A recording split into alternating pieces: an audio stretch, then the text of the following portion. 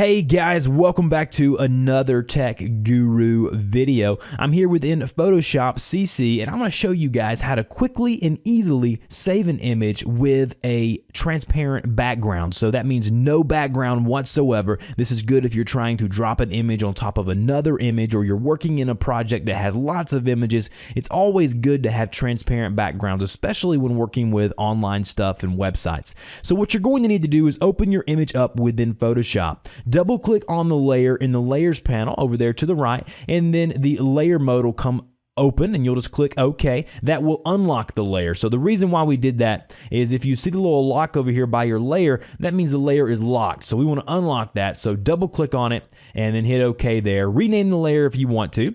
And then once we've done that, I'm going to go up and grab our quick selection tool here. And then we're going to start clicking where our white background is, or whatever color your background is. I'm clicking and then hitting the delete or backspace key to delete that area. Now, and let me give you guys a little tip here. In order to deselect something that you've selected, you just hit Control or Command D, depending on if you're on a Windows or a Mac.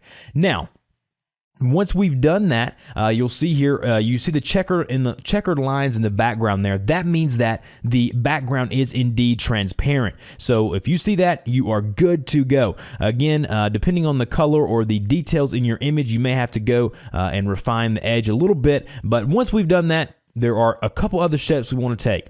Now what we want to do is go up to File, and you want to go to Save As. Now once we have done this, you're going to see your Save As box come available to you.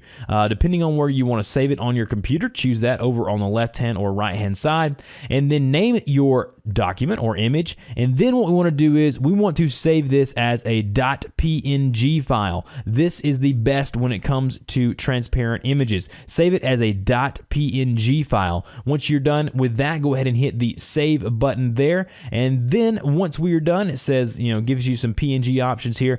Just leave those default and then click OK.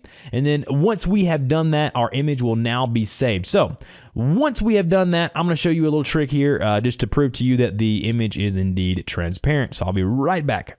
All right, guys, as you can see, I've went in and created a new project. I have added a color overlay on the layer, and then I have placed the dog that we just took and removed the background from on this project here. So that shows you that, hey, look, I can now place an image on another one, and the background's not going to make it look all ugly and jagged or whatnot. So that's how you save an image within Photoshop, transparent.